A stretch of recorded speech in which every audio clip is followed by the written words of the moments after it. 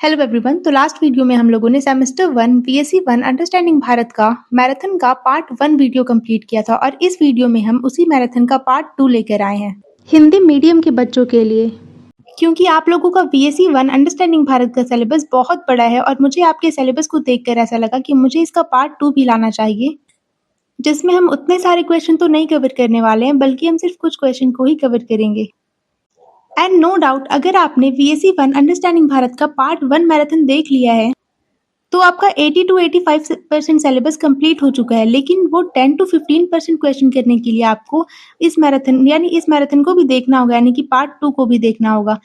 क्योंकि अंडरस्टैंडिंग भारत का जो पेपर है वो 2 सेट्स में आने वाला है और अगर एक ही सेट में आता तो जो पार्ट 1 में हम लोगों ने कवर किया था वो इनफ था, लेकिन क्योंकि 2 सेट बनेंगे तो हो सकता है किसी सेट में क्वेश्चन दूसरा रहे लेकिन किसी में दूसरा रहे, तो आप एग्जाम में सारे क्वेश्चन को इजीली अटेम्प्ट कर, इसीलिए मैं आप लोगों के लिए पार्ट 2 भी लेकर आई हूँ और इसीलिए आपको इसका पार्ट 2 भी देखना ज़रूरी है। और हमने सारा मैराथन का पार्ट 2 नहीं करवाया हुआ है और हम लोग करवाने वाले भी नहीं हैं, क्योंकि इसका सिलेबस बहुत ज़्यादा बड़ा था, इसीलिए मुझे इसका पार्ट 2 लाना पड़ा। और इस वीडियो में हम बहुत ज़्यादा क्वेश्चन कवर नहीं करने वाले, हम अप्रॉक्स 6 टू 7 क्वेश्चन को ही कंप्लीट करेंगे। तो हमारा क्वेश्चन है, स्वामी विवेकानंद के जीवन और विचारों पर चर्चा कीजिए। यानी स्वामी विवेकानंद का जीवन कैसा था और उनके क्या-क्या विचार थे, इसके बारे में डिस्कस करना है। तो आइए हम परिचय के साथ इसे स्टार्ट करते हैं। तो परिचय में आपको लिखना है, स्वामी विवेकानंद भारत के महान आध्यात्मिक नेता और विचारक थे। वे रामकृष्ण परमहंस के शिष्य थे। उन्होंने भारतीय संस्कृति और आध्यात्मिकता को पूरे विश्व में फैलाने का काम किया। वे 1893 में शिकागो में हुए धर्म संसद, जिसे हम पार्लियामेंट ऑफ रिलीजन्स भी कहते हैं, इसमें अपने भाषण के लिए बहुत प्रसिद्ध हुए। वहां उन्होंने पश्चिमी देशों को भारतीय दर्शन के बारे में बताया। यानी स्वामी विवेकानंद कोई नॉर्मल पर्सन नहीं थे, बल्कि वो एक ऐसे थिंकर और स्पिरिचुअल लीडर थे। मतलब स्वामी विवेकानंद भारत के बहुत ही महान संत और विचारक थे। उन्होंने सिर्फ अपने लिए ही नहीं बल्कि पूरे देश और दुनिया के लिए काम किया। वे रामकृष्ण परमहंस के शिष्य थे, जिनसे उन्होंने आध्यात्मिक ज्ञान सीखा और बाद में फिर उन्होंने यही ज्ञान को पूरे विश्व में फैलाया था।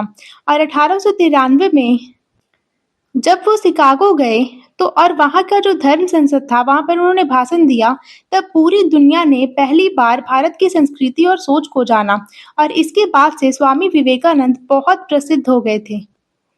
इसके बाद हम समझते हैं स्वामी विवेकानंद का प्रारंभिक जीवन कैसा था। स्वामी विवेकानंद का जन्म 12 जनवरी 1863 को कोलकाता में हुआ था और उनका असली नाम नरेंद्र नाथ दत्त था।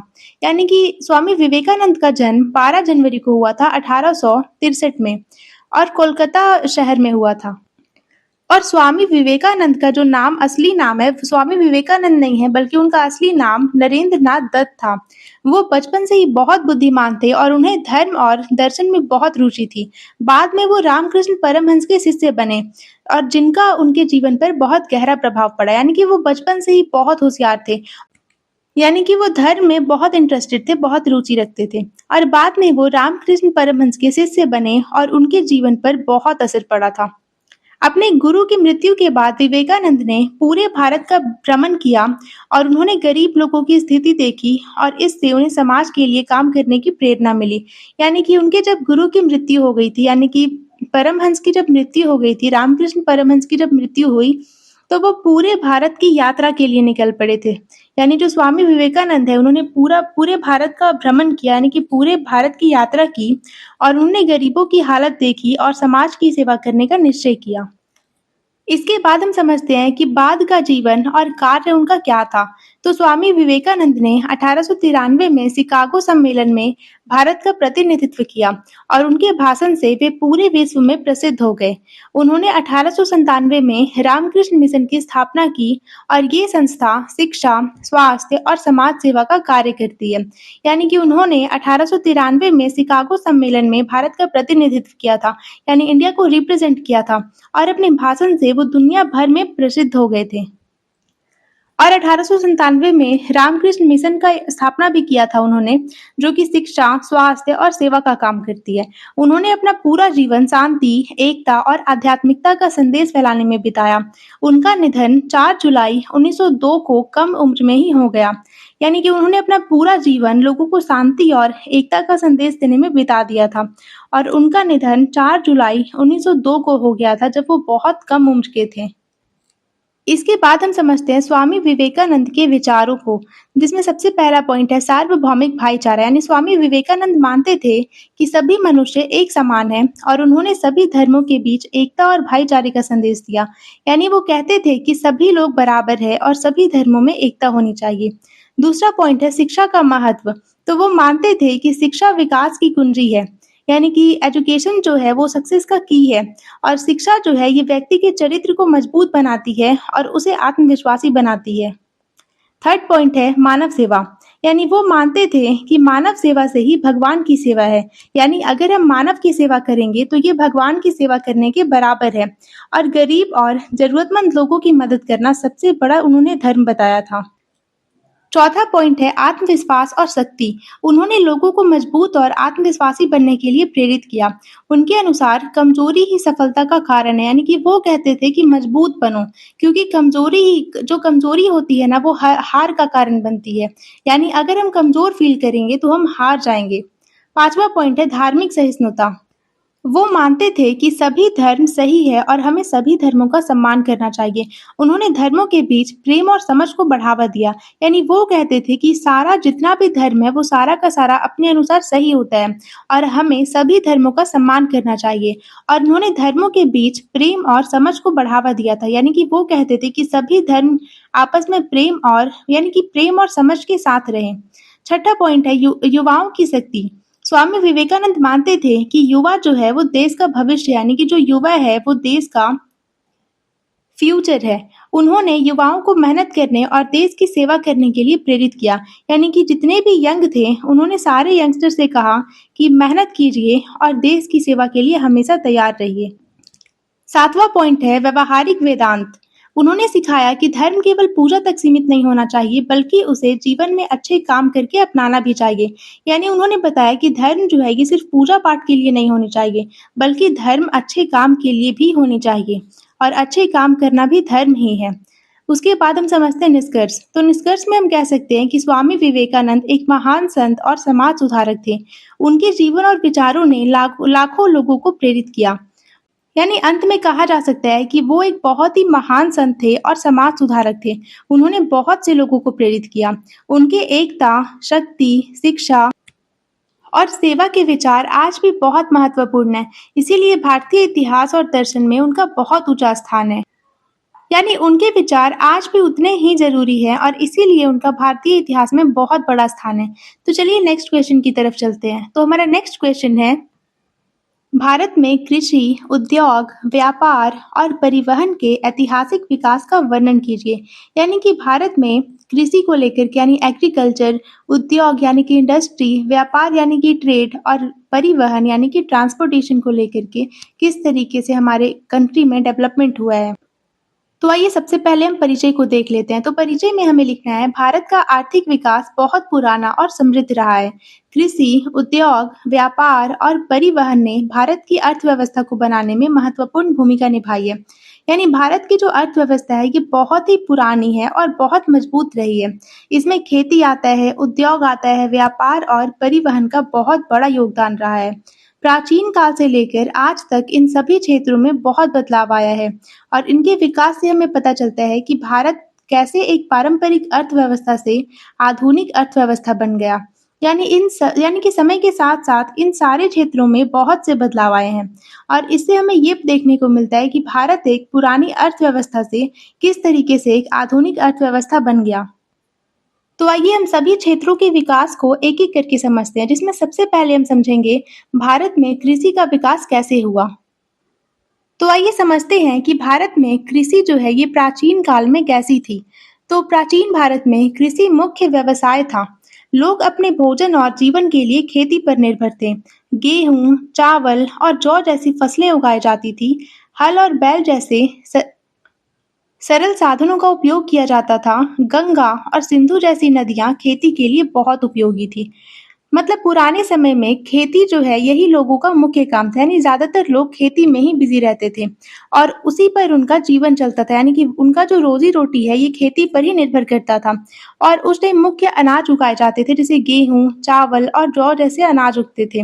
और खेती के लिए बहुत ही सिंपल सा औजार का यूज किया जाता था और बैल इस्तेमाल होते थे। और नदियों यानी कि जो नदी है उसका पानी खेती के लिए बहुत जरूरी था उस टाइम। इसके बाद हम समझते हैं कि मध्यकाल में खेती कैसी थी। मध्यकाल में कृषि में धीरे धीरे सुधार हुआ, कुछ नई फसलें और सिंचाई के तरीके भी अपनाए गए। राजा किसानों से भूमि कर लेते थे, यानी कि टैक्स लेते थे, लेकिन किसान अभी भी पुराने तरीकों से खेती करते थे और इसीलिए उत्पादन कम था। यानी कि मध्यकाल में खेती में थोड़ा सुधार हुआ और नई तकनीकें आई थी और किसानों को टैक्स भी देना पड़ता था। यानी कि मध्यकाल में जो किसान होते थे उन्हें भूमि कर भी देनी पड़ती थी, यानी कि टैक्स भी देना पड़ता था। और इसी वजह से बहुत सारे जो किसान थे वो गरीब ही रह जाते थे और नई तकनीक जो है ना उस टाइम कम थी और इसीलिए जो उत्पादन है वो भी कम होता था। इसके बाद है ब्रिटिश काल। तो अंग्रेजों के समय कृषि की स्थिति बहुत खराब हो गई। किसानों को मजबूर किया गया कि वो नील, कपास और जूट जैसी नकदी फसलें उगाएं। किसानों पर भारी कर लगाया गया और सिंचाई की सुविधा भी अच्छी नहीं थी और बार-बार अकाल यानी कि फेमाइन पड़ते थे और किसान धीरे-धीरे करके ऐसे गरीब होते गए।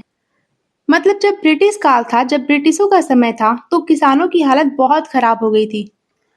और जो ब्रिटिश होते थे वो किसानों को मजबूर करते थे कि वो नील, कपास और जूट जैसी फसलों को ही उगाए और उन्हें जरूरी अनाज की जगह नकदी फसलें उगानी पड़ती थी। और सभी किसानों पर भारी कर भी लगाया गया, यानी कि भारी टैक्स भी लगा दिया गया। और सिंचाई की जो सुविधा थी उस टाइम उतनी अच्छी नहीं थी, यानी कि जो पानी की सुविधा थी वो बहुत कम थी। और कभी-कभी क्या होता था कि सूखा और फमाइन यानी कि अकाल पड़ जाता था और इससे इससे क्या होता था कि सारे किसान गरीब हो जाते थे और फिर भूखमरी से किसान बहुत परेशान हो जाते थे। इसके बाद हम आधुनिक काल को समझते हैं। तो स्वतंत्रता के बाद सरकार ने किसी कृषि सुधार के लिए कई कदम उठाए। हरित क्रांति, जिसे हम ग्रीन रिवॉल्यूशन भी बोलते हैं, इससे खाद्यान्न उत्पादन बहुत बढ़ा और आधुनिक तकनीक, सिंचाई, उर्वरक और अच्छे बीजों का उपयोग बढ़ा और इससे कृषि उत्पादन में भी बहुत सुधार हुआ। यानी कि आज़ादी के बाद सरकार ने खेती को सुधारने के लिए बहुत सारी योजनाएं शुरू की, जैसे हरित क्रांति। तो हरित क्रांति के कारण अनाज की जो पैदावार है वो बहुत बढ़ गई, यानी कि इसका उत्पादन बढ़ गया और अब किसान आधुनिक आधुनिक मशीनें, अच्छे बीज, खाद और सिंचाई के साधनों का उपयोग करने लगे और इससे खेती में बहुत सुधार हुआ और भारत खाद्यान्न उत्पादन में मजबूत बन गया। और आज की जो खेती है ये पहले से बहुत बेहतर हो गई। इसके बाद हम समझते हैं भारत में उद्योग का विकास, यानी कि किस तरीके से भारत में उद्योग यानी कि इंडस्ट्री का विकास हुआ। तो सबसे पहले हम प्राचीन काल में उद्योग कैसे हुआ करते थे इसे समझते हैं। तो प्राचीन भारत में उद्योग बहुत ही विकसित थे। हस्तशिल्प, कपड़ा और धातु उद्योग बहुत प्रसिद्ध थे। भारतीय कपास और रेशम विदेशों में भी बहुत लोकप्रिय थे। मतलब प्राचीन समय में भारत में उद्योग बहुत ही अच्छे थे और लोग हाथ से बहुत ही सुंदर सुंदर वस्तुएं बनाते थे, जैसे कपड़े बनाते थे, धातु के सामान बनाते थे। और भारत में कपास और रेशम इतना अच्छा था कि विदेशों में भी इनकी बहुत मांग थी। इसके बाद हम समझते हैं मध्यकाल। तो मध्यकाल में भी उद्योग जैसे कि बुनाई, मिट्टी के बर्तन और धातु कार्य चलते रहे। भारत के सामान का निर्यात यानी कि एक्सपोर्ट होता था। मतलब मध्यकाल में भी उद्योग चलते रहे। लोग जो हैं कपड़ा बनाते थे, मिट्टी के बर्तन बनाते थे और धातु का काम भी करते थे और इन वस्तुओं को दूसरे देशों में भी भेजा जाता था। इसके बाद हम समझते हैं ब्रिटिश काल। तो अंग्रेजों के समय भारतीय उद्योगों का पतन हो गया। अंग्रेजों की नीतियों के स्थानीय उद्योगों को नष्ट कर दिया गया। ब्रिटेन के मशीन से बने हुए सामान ने भारतीय हस्त निर्मित वस्तुओं की जगह ले ली और इससे बेरोजगारी और गरीबी बढ़ी। यानी अंग्रेजों के आने के बाद भारतीय उद्योगों को बहुत नुकसान हुआ। उन्होंने ऐसी नीतियां बनाई जिससे छोटे छोटे जो उद्योग थे वो बंद हो गए और ब्रिटेन से मशीन से बने हुए बहुत ही सस्ते सामान यहाँ पर आने लगे और जिससे भारतीय हाथ के बने हुए सामानों की मांग खत्म हो गई और इससे बहुत से लोग बेरोजगार हो गए और गरीबी भी बढ़ गई। इसके बाद हम समझते हैं आधुनिक काल। तो स्वतंत्रता के बाद भारत ने उद्योगों पर ध्यान दिया। इस्पात, सीमेंट और मशीन जैसे बड़े उद्योग स्थापित किए गए। सरकार ने सरकारी और निजी दोनों उद्योगों को बढ़ावा दिया और आज भारत में कई आधुनिक उद्योग हैं। मतलब आज़ादी के बाद भारत ने उद्योगों को बहुत विकसित यानी कि उद्योगों को विकसित करना शुरू कर दिया, यानी कि उनके डेवलपमेंट के लिए बहुत से काम किया। बड़े बड़े उद्योग जैसे कि स्टील, सीमेंट और मशीन बनाने वाले कारखाने बनाए गए और सरकार ने सरकारी और निजी दोनों उद्योगों को बढ़ावा दिया और आज भारत में बहुत सारे आधुनिक उद्योग हैं। इसके बाद हम समझते हैं कि भारत में व्यापार का किस तरीके से विकास हुआ। तो सबसे पहले हम समझते हैं प्राचीन काल। तो प्राचीन भारत में व्यापार बहुत विकसित था। देश के अंदर और बाहर दोनों तरह का व्यापार होता था। भारत का व्यापार रोम, चीन और मिस्र जैसे देशों से था और मसाले, कपड़ा और कीमती पत्थर निर्यात किए जाते थे। यानी कि प्राचीन समय में भारत में जो व्यापार था ये बहुत अच्छा था। लोग देश के अंदर भी व्यापार करते थे और विदेशों के साथ भी सामान का आदान प्रदान किया जाता था। भारत का जो व्यापार था ये रोम, चीन और मिस्र जैसे बड़े बड़े देशों से भी था, जो कि उस समय बहुत विकसित थे। भारत में मसाले, कपड़े और कीमती पत्थर जैसे सामान विदेश भेजे जाते थे। इसके बाद हम समझते हैं मध्यकाल। तो मध्यकाल में व्यापार और बढ़ा। भारतीय व्यापारियों के संबंध एशिया और यूरोप तक थे। सूरत और कालीकट जैसे बंदरगाह व्यापार के मुख्य केंद्र थे। यानी मध्यकाल में व्यापार और ज़्यादा बढ़ गया। भारतीय व्यापारी अब केवल पास के देशों तक ही सीमित नहीं थे, बल्कि दूर दूर तक व्यापार करने लगे और उनके संबंध एशिया और यूरोप जैसे बड़े बड़े क्षेत्रों तक भी फैल गए। और सूरत और कालीकट जैसे बंदरगाह जो है ये व्यापार के मुख्य केंद्र बन गए और जहाँ से सामान विदेश भेजा जाता था। इसके बाद हम समझते हैं ब्रिटिश काल। तो अंग्रेजों के समय व्यापार पर उनका पूरा नियंत्रण था। भारत से कच्चा माल भेजा जाता था और तैयार माल मंगाया जाता था और इससे ब्रिटेन को फायदा हुआ, लेकिन भारत को बहुत नुकसान हुआ। यानी ब्रिटिश समय में भारत का व्यापार अंग्रेजों के हाथ में चला गया। भारत से कच्चा माल जैसे कि कपास ये सब भेजा जाता था बाहर, यानी कि ब्रिटेन भेजा जाता था और बदले में वो लोग सामान तैयार करके यहाँ पर भेजते थे, यानी कि भारत भेजते थे और फिर वो सामान भारत में बेच दिया जाता था और इससे अंग्रेजों को तो बहुत फ़ायदा होता था, बहुत मुनाफा होता था, लेकिन भारत की अर्थव्यवस्था इससे कमज़ोर होने लगी। फिर है आधुनिक काल। तो स्वतंत्रता के बाद भारत ने अपनी व्यापार नीति बनाई। आयात और निर्यात दोनों बढ़े और आज भारत कई देशों के साथ व्यापार करता है और वैश्विक व्यापार का हिस्सा है। यानी कि आज़ादी के बाद भारत ने खुद की व्यापार नीति बनाई और अब भारत दूसरे देशों के साथ भी व्यापार करता है। वो दूसरे देशों से सामान को मंगाता है, यानी कि आयात कराता है और अपने सामान को बाहर भेजता है, जिसे हम निर्यात कहते हैं। और आज भारत दुनिया के कई देशों के साथ व्यापार करता है और वैश्विक व्यापार का हिस्सा बन चुका है। इसके बाद भारत में परिवहन का विकास है। तो यानी कि भारत में ट्रांसपोर्टेशन का किस तरीके से विकास हुआ। तो सबसे पहला है प्राचीन काल। यानी प्राचीन समय में लोग जानवरों, बैलगाड़ियों और नावों का उपयोग करते थे। सड़कें ज़्यादा विकसित नहीं थी, यानी कि प्राचीन समय में यात्रा और सामान ढोने के लिए बैल, घोड़े, बैलगाड़ी और नाव का उपयोग किया जाता था। उस टाइम सड़कें बहुत ज़्यादा अच्छी नहीं थी और इसीलिए यात्रा जो है ये बहुत कठिन होती थी। इसके बाद है मध्यकाल। तो मध्यकाल में कुछ सड़कें और मार्गों का विकास हुआ। नदियों के माध्यम से भी परिवहन होता था, यानी कि मध्यकाल में परिवहन में थोड़ा सुधार हुआ। कुछ सड़कें बनाई गई जिससे यात्रा आसान हो गया और नदियों के जरिए भी सामान और लोग एक जगह से दूसरी जगह जाने लगे थे। इसके बाद आता है ब्रिटिश काल। तो अंग्रेजों ने आधुनिक परिवहन की शुरुआत की। रेलवे, सड़कें और बंदरगाह बनाए गए। रेलवे ने भारत के विभिन्न हिस्सों को जोड़ा और व्यापार को बढ़ाया। यानी ब्रिटिश शासन में पहली बार आधुनिक परिवहन शुरू हुआ। रेलवे लाइनें बिछाई गई, अच्छी सड़कें और बंदरगाह बनाए गए और रेलवे ने पूरे भारत को जोड़ दिया, जिससे यात्रा और व्यापार दोनों ही आसान हो गया। इसके बाद हम समझते हैं आधुनिक काल। और स्वतंत्रता के बाद परिवहन में तेजी से विकास हुआ। सड़क, रेल, हवाई और जल परिवहन विकसित हुए। आज परिवहन व्यापार, उद्योग और संचार के लिए बहुत महत्वपूर्ण है। यानी आज़ादी के बाद परिवहन में बहुत तेजी से विकास हुआ।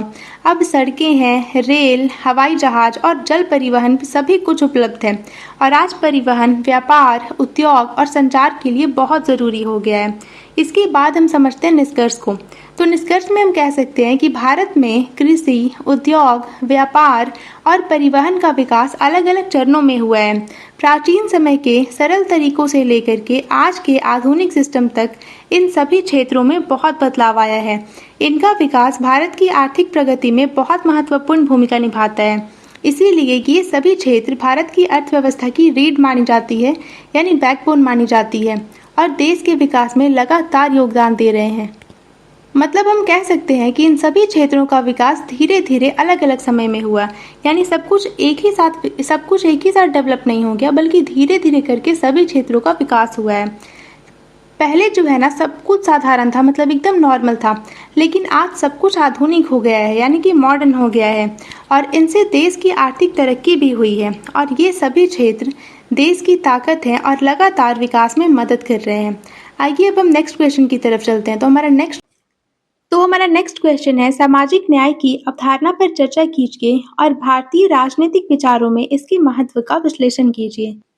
तो आइए इसे भी हम परिचय के साथ स्टार्ट करते हैं। तो परिचय में आपको लिखना है, सामाजिक न्याय राजनीति का एक बहुत महत्वपूर्ण विचार है। इसका मतलब है ऐसा देश बनाना जहां पर सभी लोगों के साथ बराबरी और न्याय का व्यवहार हो। इसका उद्देश्य समाज से असमानता और अन्याय को खत्म करना है। भारत में सामाजिक न्याय का बहुत महत्व है, क्योंकि यहाँ लंबे समय से जाति भेद, गरीबी और असमानता जैसी समस्याएं रही है। यानी कि सामाजिक न्याय एक ऐसा विचार है जो कि बताता है कि समाज में हर व्यक्ति को बराबरी और न्याय मिलना चाहिए। इसका मतलब है कि कोई भी व्यक्ति ऊंचा या नीचा का शिकार नहीं होना चाहिए और सभी के साथ समान व्यवहार किया जाना चाहिए। भारत में ये और भी जरूरी है, क्योंकि यहाँ पहले से ही जाति भेद, गरीबी और असमानता जैसी समस्याएं रही है। और सामाजिक न्याय का मतलब है कि सभी के लिए समान और न्यायपूर्ण समाज बनाना। अब हम समझते हैं सामाजिक न्याय की अवधारणा को। तो सामाजिक न्याय का मतलब है कि सभी लोगों को बराबर अधिकार, अवसर और सम्मान मिले। इसका मतलब है कि किसी के साथ भी जाति, धर्म, लिंग या फिर आर्थिक स्थिति के आधार पर भेदभाव ना हो। ये एक ऐसा समाज की बात करता है जहाँ पर हर व्यक्ति सम्मान के साथ जीवन जी सके। और सामाजिक न्याय का मतलब ये भी है कि गरीबी, यानी कि गरीब, महिला और पिछड़े वर्ग जैसे कमजोर लोगों की मदद की जाए। यानी सामाजिक न्याय का सीधा सा मतलब है कि सभी लोगों को बराबर हक मिले और बराबर सम्मान मिले। किसी किसी भी व्यक्ति के साथ उसके धर्म को लेकर के, जाति को लेकर के, लिंग या फिर पैसों के आधार पर भेदभाव नहीं होना चाहिए। हर व्यक्ति को सम्मान से जीने का अधिकार होना चाहिए। और साथ ही गरीब, महिलाएं और पिछड़े जो लोग होते हैं, यानी कि जो पिछड़े जाति के लोग होते हैं, जो पिछड़े वर्ग के लोग होते हैं, या फिर जो कमजोर होते हैं, उनकी मदद करना भी सामाजिक न्याय का ही हिस्सा है। मतलब इसका सिंपल सा मतलब है कि सभी लोग समाज में बराबर हों और कमजोरों की मदद करनी चाहिए। यानी कि जो लोग कमजोर हैं, जो वीकर सेक्शन से बिलोंग करते हैं, उनकी हेल्प करनी चाहिए। ये 3 मुख्य विचारों पर आधारित है, समानता, स्वतंत्रता और भाईचारा। यानी सामाजिक न्याय जो है, ये 3 मुख्य बातों पर टिका हुआ है कि सब लोगों को बराबरी मिले, समानता, फिर स्वतंत्रता, यानी कि सब लोगों को स्वतंत्रता मिले और सब लोगों को बराबरी मिले और सब लोगों को स्वतंत्रता मिले और सभी के बीच भाईचारा हो। इसके बाद हम सामाजिक न्याय की मुख्य विशेषताओं को समझते हैं, जिसमें पहला है समानता। तो सामाजिक न्याय ये सुनिश्चित करता है कि सभी लोग कानून के सामने बराबर हों, सभी को शिक्षा, नौकरी और समाज में समान अवसर मिले। मतलब सामाजिक न्याय कहता है कि हर व्यक्ति कानून के सामने बराबर है और हर किसी को पढ़ाई करने का, नौकरी का और जीवन में आगे बढ़ने का समान मौका मिलना चाहिए। दूसरा है भेदभाव का अंत, यानी इसका उद्देश्य जाति, धर्म, लिंग और वर्ग के आधार पर होने वाले भेदभाव को खत्म करना है। ये समाज में न्याय और समानता को बढ़ाता है। यानी इसका उद्देश्य समाज से हर तरह के भेदभाव को खत्म करना है, चाहे वो जाति के आधार पर हो, धर्म के आधार पर हो, लिंग या फिर पैसे के आधार पर हो, सब कुछ को खत्म करना है। तीसरा है कमजोर वर्ग की सुरक्षा। तो सामाजिक न्याय गरीब और पिछड़े लोगों का समर्थन करता है और इसके लिए आरक्षण और सरकारी योजनाएं बनाई जाती है। यानी कि सामाजिक न्याय गरीब और कमजोर लोगों की मदद करता है और सरकार उनके लिए आरक्षण और योजनाएं भी बनाती है, ताकि वो भी समाज में आगे बढ़ सके। चौथा पॉइंट है आर्थिक न्याय। ये गरीबी को कम करने और लोगों को भोजन, घर और शिक्षा जैसी मूलभूत सुविधाएं देने पर जोर देता है। मतलब सामाजिक न्याय कहता है कि हर व्यक्ति कानून के सामने बराबर है और हर किसी को पढ़ाई करने का, नौकरी का और जीवन में आगे बढ़ने का समान मौका मिलना चाहिए। दूसरा है भेदभाव का अंत, यानी इसका उद्देश्य जाति, धर्म, लिंग और वर्ग के आधार पर होने वाले भेदभाव को खत्म करना है। ये समाज में न्याय और समानता को बढ़ाता है। यानी इसका उद्देश्य समाज से हर तरह के भेदभाव को खत्म करना है, चाहे वो जाति के आधार पर हो, धर्म के आधार पर हो, लिंग या फिर पैसे के आधार पर हो, सब कुछ को खत्म करना है। तीसरा है कमजोर वर्ग की सुरक्षा। तो सामाजिक न्याय गरीब और पिछड़े लोगों का समर्थन करता है और इसके लिए आरक्षण और सरकारी योजनाएं बनाई जाती है। यानी कि सामाजिक न्याय गरीब और कमजोर लोगों की मदद करता है और सरकार उनके लिए आरक्षण और योजनाएं भी बनाती है ताकि वो भी समाज में आगे बढ़ सके। चौथा पॉइंट है आर्थिक न्याय। ये गरीबी को कम करने और लोगों को भोजन, घर और शिक्षा जैसी मूलभूत सुविधाएं देने पर जोर देता है। मतलब हर व्यक्ति को कुछ बेसिक नीड्स होती है जो मिलनी चाहिए, जैसे खाना मिलना चाहिए, घर मिलना चाहिए और शिक्षा जैसी कुछ जरूरी चीजें मिलनी चाहिए। हर व्यक्ति और जितनी भी यानी कि गरीबी जो है ये कम होना चाहिए और गरीबी को कम करना भी सामाजिक न्याय का ही हिस्सा है। पांचवा है मानव गरिमा। ये सुनिश्चित करता है कि हर व्यक्ति सम्मान के साथ जीवन जी सके, किसी को भी छोटा या फिर हीन नहीं समझा जाना चाहिए। यानी कि हर व्यक्ति जो है ये सम्मान से जीने का अधिकार है, हर किसी को सम्मान के साथ जीने का अधिकार है, किसी को भी समाज में छोटा या फिर नीचा नहीं समझना चाहिए। इसके बाद हम समझते हैं भारतीय राजनीतिक विचार में सामाजिक न्याय का क्या महत्व है। तो पहला पॉइंट है भारतीय संविधान का आधार। मतलब सामाजिक न्याय भारतीय संविधान का एक महत्वपूर्ण हिस्सा है। संविधान की प्रस्तावना में सामाजिक, आर्थिक और राजनीतिक न्याय की बात कही गई है। मौलिक अधिकार और नीति निर्देशक तत्व भी सामाजिक न्याय को बढ़ावा देते हैं। यानी कि भारत का जो संविधान है इसमें सामाजिक न्याय को बहुत महत्व दिया गया है।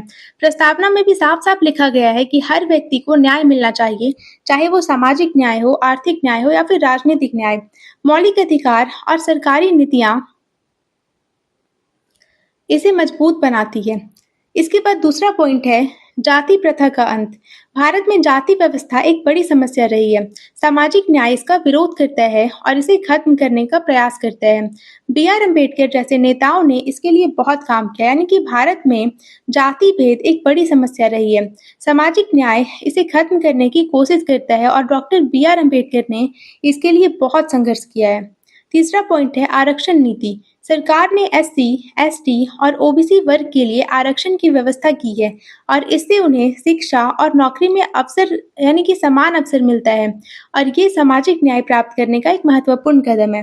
यानी कि जो सरकार है कि OBC, SC और ST के लिए यानी कि जो पिछड़े वर्ग हैं इनके लिए आरक्षण भी दिया हुआ है ताकि वो पढ़ाई और नौकरी का उन्हें मौका मिल सके। इसके बाद है समाज का कल्याण। तो सामाजिक न्याय गरीब लोगों के लिए योजनाओं को बढ़ावा देता है। शिक्षा, स्वास्थ्य और रोजगार की योजनाएं लोगों का जीवन सुधारती है। यानी सरकार जो है ये गरीब लोगों के लिए योजनाएं बनाती है, जैसे शिक्षा को लेकर के, स्वास्थ्य को लेकर के और नौकरी को लेकर के भी बहुत सारी योजनाएं बनाती है और इससे उनका जीवन जो है और बेहतर होता है। पांचवा पॉइंट है लैंगिक समानता। तो लैंगिक समानता का मतलब होता है कि सामाजिक न्याय जो है ये महिलाओं को बराबरी का अधिकार देता है। उनके लिए कानून बनाए गए हैं ताकि उनकी स्थिति और बेहतर हो सके। यानी कि महिलाओं को पुरुषों के बराबर अधिकार यानी कि अधिकार मिलना चाहिए, राइट्स मिलने चाहिए। उनकी सुरक्षा और विकास के लिए कानून भी बनाए गए हैं। सिक्स्थ पॉइंट है लोकतंत्र को मजबूत बनाना। सामाजिक न्याय लोकतंत्र को मजबूत बनाता है। जब सभी लोगों को समान अधिकार मिलते हैं तब लोकतंत्र सही तरीके से काम करता है। यानी कि जब सभी लोगों को बराबरी मिलती है, इक्वालिटी मिलती है तो लोकतंत्र भी मजबूत होता है। इसके बाद हम निष्कर्ष को समझते हैं। तो निष्कर्ष में हम कह सकते हैं कि सामाजिक न्याय एक बहुत महत्वपूर्ण विचार है जो समाज में समानता और न्याय स्थापित करता है। ये भारतीय राजनीतिक विचार का मुख्य आधार है और संविधान द्वारा इसे मजबूत समर्थन मिला है।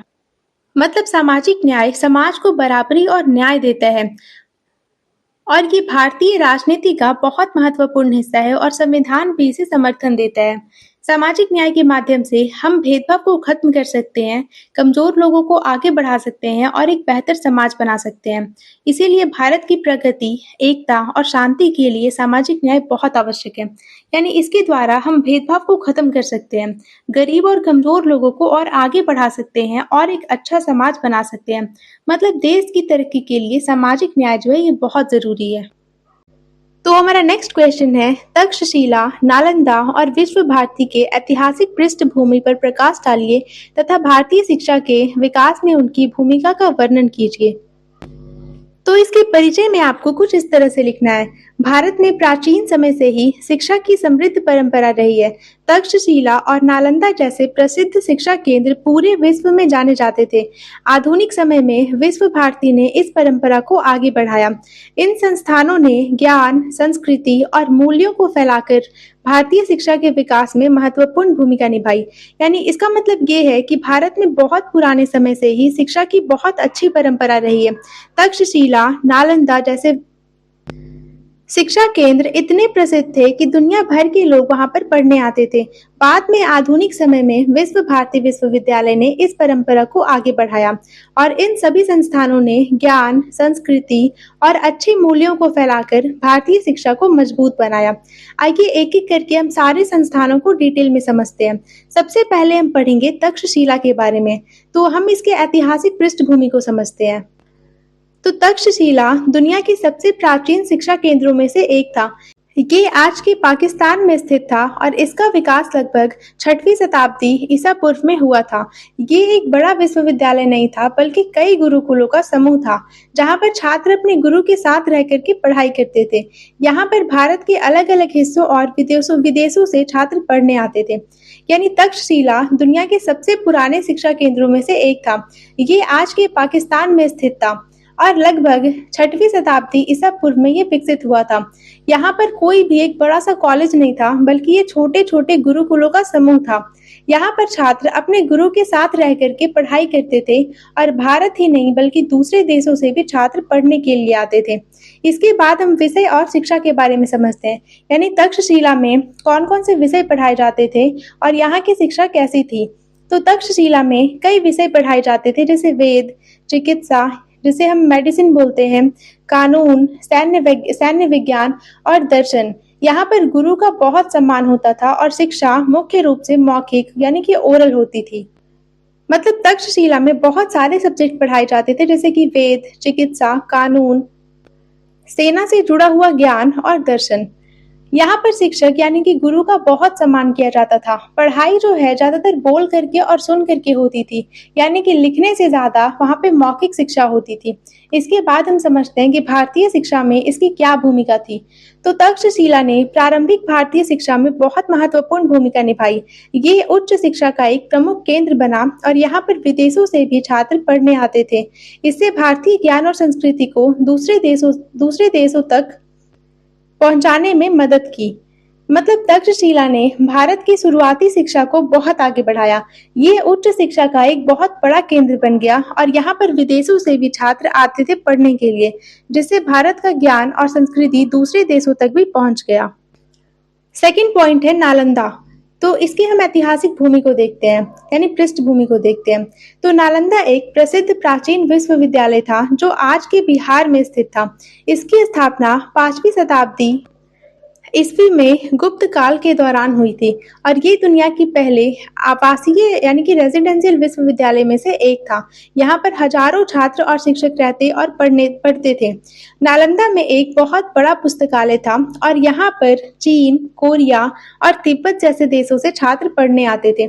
यानी कि नालंदा जो है एक बहुत ही प्रसिद्ध प्राचीन विश्वविद्यालय था जो कि आज के बिहार में है और इसकी स्थापना गुप्त काल में 5वीं शताब्दी में हुई थी। ये दुनिया की सबसे पहली आवासीय विश्वविद्यालयों में से एक थी, जहाँ पर छात्र और शिक्षक साथ में रहते थे और पढ़ाई करते थे। यहाँ ये जो है ना, ये यहाँ पर एक बहुत बड़ा सा लाइब्रेरी भी था, यानी कि पुस्तकालय भी था। और चीन हो गया, कोरिया हो गया और तिब्बत जैसे बड़े बड़े देशों से भी छात्र पढ़ने आते थे। इसके बाद हम इसके विषय और शिक्षा के बारे में समझते हैं। तो नालंदा में पढ़ाए जाने वाले मुख्य विषय जैसे कि बौद्ध धर्म, दर्शन, व्याकरण, खगोल विज्ञान और चिकित्सा है। यहाँ पर शिक्षा बहुत ही व्यवस्थित और उच्च स्तर की थी। यानी कि नालंदा में मुख्य रूप से बौद्ध धर्म, दर्शन, व्याकरण, खगोल विज्ञान और चिकित्सा पढ़ाई जाती थी। यहाँ पर शिक्षा बहुत अच्छी तरह से व्यवस्थित थी और बहुत उच्च स्तर की मानी जाती थी। इसके बाद हम भारतीय शिक्षा में इसकी भूमिका को समझते हैं। तो नालंदा एक महान शिक्षा और अनुसंधान यानी कि रिसर्च का केंद्र था। इसने उच्च शिक्षा को बढ़ावा दिया और अंतर्राष्ट्रीय स्तर पर ज्ञान का आदान प्रदान किया। इसने भारतीय संस्कृति और बौद्ध धर्म को एशिया के कई देशों में फैलाने में मदद की। यानी कि नालंदा जो है ये शिक्षा और शोध का बहुत बड़ा केंद्र था। इसने उच्च शिक्षा को बढ़ावा भी दिया और अलग अलग देशों के बीच ज्ञान का आदान प्रदान भी कराया, और इसकी वजह से भारतीय संस्कृति और बौद्ध धर्म एशिया के कई देशों में फैल गया। थर्ड है विश्व भारती। तो हम इसके ऐतिहासिक पृष्ठभूमि को समझते हैं। तो विश्व भारती विश्वविद्यालय की स्थापना रविंद्रनाथ टैगोर ने 1921 में पश्चिम बंगाल के शांति निकेतन में की थी। टैगोर चाहते थे कि एक ऐसा संस्थान बने जहां पर भारतीय और पाश्चात्य यानी कि वेस्टर्न ज्ञान एक साथ मिल सके। यहाँ पर शिक्षा खुले और प्राकृतिक वातावरण में दी जाती थी। यानी कि विश्व भारती विश्वविद्यालय की स्थापना रविंद्रनाथ टैगोर ने 1921 में शांति निकेतन यानी कि पश्चिम बंगाल में की थी। वो चाहते थे कि एक ऐसा स्थान हो जहाँ पर सारे भारतीय और पश्चिमी ज्ञान एक साथ मिले। यहाँ पर पढ़ाई जो है ये खुले वातावरण और प्रकृति के बीच कराई जाती थी। इसके बाद हम समझते हैं कि इसकी शिक्षा की क्या विशेषताएं हैं। तो विश्व भारती में शिक्षा की मुख्य विशेषताएं थी कि प्रकृति के बीच शिक्षा, रचनात्मक शिक्षा, सांस्कृतिक आदान प्रदान और स्वतंत्र सोच। यहाँ पर छात्रों को स्वतंत्र रूप से सोचने और अपनी प्रतिभा को विकसित करने के लिए प्रोत्साहित किया जाता था। यानी कि विश्व भारती में पढ़ाई की खास बात ये थी कि शिक्षा प्रकृति के बीच दी जाती थी और यहाँ पर रचनात्मक शिक्षा, संस्कृति का आदान प्रदान और स्वतंत्र सोच पर जोर दिया जाता था। छात्रों को अपनी सोच और प्रतिभा को विकसित करने की पूरी आजादी दी जाती थी। इसके बाद हम समझते हैं भारतीय शिक्षा में इसकी क्या भूमिका थी। तो विश्व भारती ने आधुनिक भारतीय शिक्षा में बहुत महत्वपूर्ण भूमिका निभाई। इसने पारंपरिक भारतीय मूल्यों को आधुनिक शिक्षा के साथ जोड़ा। इसने कला, संस्कृति और अंतर्राष्ट्रीय समझ को बढ़ावा दिया। यानी कि विश्व भारती ने आधुनिक भारतीय शिक्षा को आगे बढ़ाने में बहुत इंपॉर्टेंट रोल प्ले किया। इसने पारंपरिक भारतीय मूल्यों को आधुनिक शिक्षा के साथ जोड़ा और साथ ही कला, संस्कृति और अंतर्राष्ट्रीय समझ को भी बढ़ावा दिया। इसके बाद हम समझते हैं भारतीय शिक्षा के विकास में इन संस्थानों की क्या भूमिका है।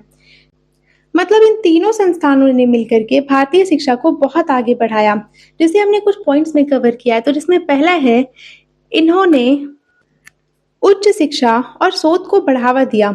यानी कि इन्होंने उच्च शिक्षा को और शोध को बहुत बढ़ावा दिया है। इन्होंने विदेशों से छात्रों को आकर्षित किया और इससे हुआ क्या कि विदेशों से बहुत सारे छात्र जो है आकर के इन संस्थानों में पढ़ाई की। इन्होंने भारतीय संस्कृति और ज्ञान को पूरे विश्व में फैलाया। इन्होंने नैतिक मूल्यों और अनुशासन को भी बढ़ावा दिया और इन्होंने आधुनिक शिक्षा प्रणाली के विकास में भी मदद की। इसके बाद हम समझते हैं कंक्लूजन को, यानी कि निष्कर्ष को। तो निष्कर्ष में हम कह सकते हैं कि तक्षशिला, नालंदा और विश्व भारती भारतीय शिक्षा के इतिहास के महत्वपूर्ण पड़ाव हैं। ये संस्थान भारत की समृद्ध शिक्षा परंपरा को दर्शाते हैं। इन्होंने केवल शिक्षा ही नहीं दी बल्कि संस्कृति और ज्ञान के विकास में भी योगदान दिया और इसीलिए इनका भारतीय शिक्षा पर बहुत ही गहरा और अस्थायी प्रभाव पड़ा है।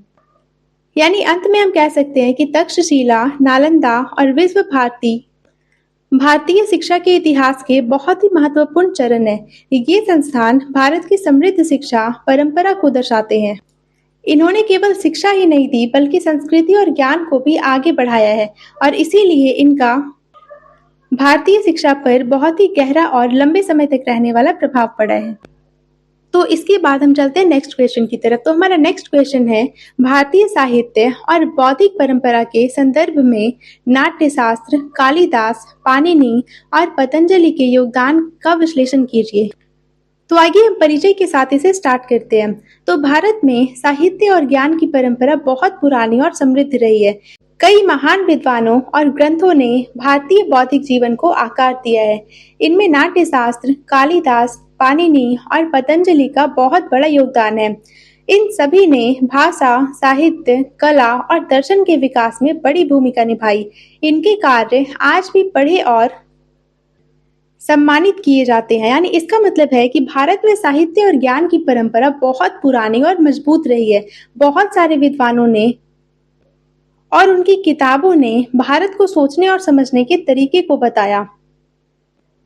और इन सभी में नाट्य शास्त्र, कालिदास, पाणिनि और पतंजलि का बहुत बड़ा योगदान रहा है। इन सभी ने भाषा, साहित्य, कला और दर्शन को आगे बढ़ाया और आज भी इनके काम बहुत सम्मान के साथ पढ़े जाते हैं। आइए हम एक एक करके सभी के योगदान को समझते हैं। तो सबसे पहले हम पढ़ेंगे नाट्य शास्त्र का योगदान, जिसमें हम अर्थ और पृष्ठभूमि को समझते हैं। तो नाट्य शास्त्र एक प्राचीन ग्रंथ है जिसे भरत मुनि ने लिखा था। ये नाटक, नृत्य और संगीत पर आधारित एक महत्वपूर्ण पुस्तक है। इसमें बताया गया है कि नाटक को कैसे प्रस्तुत किया जाए, भावनाओं को कैसे व्यक्त की जाए और कला को किस तरीके से दिखाया जाए। यानी नाट्य शास्त्र जो है एक बहुत ही पुरानी किताब है जिसे भरत मुनि ने लिखा था। ये जो किताब है ना, ये नाटक, नृत्य यानी कि नाच, डांस कह सकते हैं, और संगीत के बारे में पूरी जानकारी देती है। इसमें बताया गया है कि नाटक को कैसे करना चाहिए, भावनाओं को कैसे दिखाना चाहिए और कला को सही तरीके से कैसे प्रस्तुत करना चाहिए। इसके बाद हम इनके योगदान को समझते हैं। तो ये भारत में प्रदर्शन कला की पहली विस्तृत पुस्तक है। मतलब भारत में ये पुस्तक जो है ये कला की बहुत पहली और पुरानी किताब मानी जाती है। और ये पूरी किताब यानी कि डिटेल में दिया हुआ है, पूरी विस्तृत जानकारी दी गई है इसमें। इसमें रस यानी कि भाव की अवधारणा दी गई है, जैसे कि प्रेम, क्रोध और दुख के बारे में। मतलब इसमें भावनाओं की बात की गई है।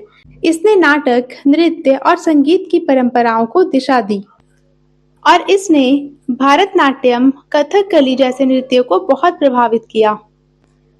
और इसने कलाओं को मानव भावना और समाज के साथ जोड़ा।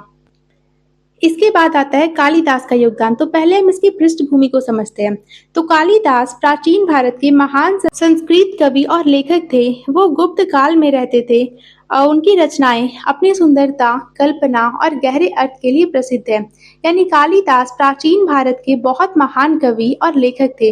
वो गुप्त काल में रहते थे, यानी कि जब गुप्त काल का समय चल रहा था तब वो थे। यानी कि कालिदास गुप्त काल के समय में थे, जो कि भारत का स्वर्ण युग माना जाता है।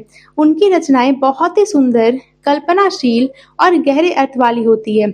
इसके बाद हम इनके योगदान को समझते हैं, जिसे हमने कुछ पॉइंट्स में कवर किया है। तो उन्होंने अभिज्ञान शकुंतलम, मेघदूत और रघुवंश जैसी प्रसिद्ध रचनाएं लिखी। उनकी भाषा बहुत ही सरल, सुंदर और काव्यात्मक है। उन्होंने प्रकृति और मानव भावनाओं का बहुत ही सुंदर वर्णन किया। उनकी रचनाओं ने संस्कृत साहित्य को समृद्ध किया और उन्हें विश्व के महान कवियों में गिना जाता है। इसके बाद हम पाणिनि के योगदान को समझते हैं, जिसमें हम सबसे पहले उनकी पृष्ठभूमि को समझेंगे। तो पाणिनि संस्कृत व्याकरण के महान विद्वान थे। उन्होंने अष्टाध्यायी नामक एक प्रसिद्ध ग्रंथ लिखा और इस पुस्तक में संस्कृत भाषा के नियम वैज्ञानिक तरीके से बताए गए हैं। यानी पाणिनि जो है ये संस्कृत भाषा के बहुत बड़े विद्वान थे। उन्होंने अष्टाध्यायी नाम की बड़ी सी बहुत ही प्रसिद्ध किताब लिखी और इस किताब में संस्कृत भाषा के नियम बहुत ही वैज्ञानिक तरीके से समझाए गए हैं। इसके बाद हम इनके योगदान को समझते हैं। तो उन्होंने संस्कृत व्याकरण को व्यवस्थित और वैज्ञानिक बनाया। उनकी पुस्तक अष्टाध्यायी में भाषा के जो नियम है वो बहुत स्पष्ट तरीके से दिए गए हैं। उन्होंने संस्कृत भाषा की शुद्धता को बनाए रखने में मदद की। उनके कार्य ने आधुनिक भाषा विज्ञान को भी प्रभावित किया और उन्होंने भाषा अध्ययन को अधिक सरल और व्यवस्थित बना दिया।